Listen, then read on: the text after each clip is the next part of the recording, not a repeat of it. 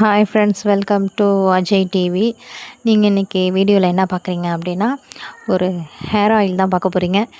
தலைமுடி நல்லா வளர்கிறதுக்கு, அப்புறம் நல்லா அடர்த்தியாகவும் ஆகிறதுக்காக ஒரு ஹேர் ஆயில் தான்.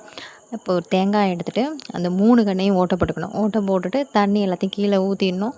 ஊற்றிட்டு அதில் பூலாங்கிழங்கு பழம் இருக்குது இல்லையா, அதை எடுத்து அதில் போடுறோம். அதுக்கப்புறம் வெந்தயம். வெந்தயம் நம்மளுக்கு யூஸ் பண்ண கூலிங், உடம்பு கூலிங்கு, அதனால் நமக்கு முடி கொட்டுறது ஸ்டாப் ஆகும்.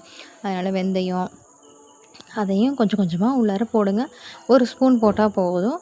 அதுக்கப்புறம் எங்களுக்கு கிடச்சது கையாந்தர செடின்னு சொல்லுவோம் இல்லையா, அந்த செடி தான்.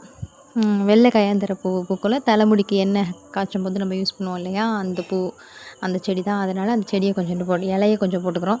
அதுக்கப்புறம் நான் அப்போ தான் ரீசெண்டாக வாங்கியிருந்தேன் மறிக்குழுந்து அப்படின்னு சொல்லிட்டு.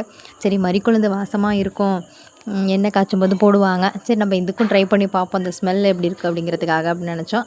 லாஸ்ட்டாக தேங்காய் எண்ணெயை நீங்கள் அதில் எந்த அளவுக்கு ஃபில் ஆகுதோ அந்தளவுக்கு ஊற்றிடுவோம். ஊற்றிட்டு என்ன பண்ணணும், அதை ஒரு காட்டன் துணியை வச்சு 3 ஓட்டையுமே க்ளோஸ் பண்ணி வச்சிடணும். க்ளோஸ் பண்ணிட்டு ஒரு 10 டேஸ், குறைஞ்சபட்சம் ஒரு 10 நாளைக்கு அதை டிஸ்டர்ப் பண்ண வேண்டாம்.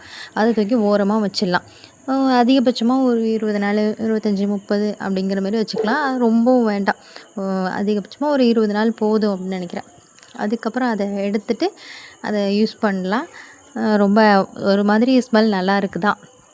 மறிக்குழுந்தோட ஸ்மெல் இருக்குது எனக்கு. நான் யூஸ் பண்ணிகிட்ருக்கேன்.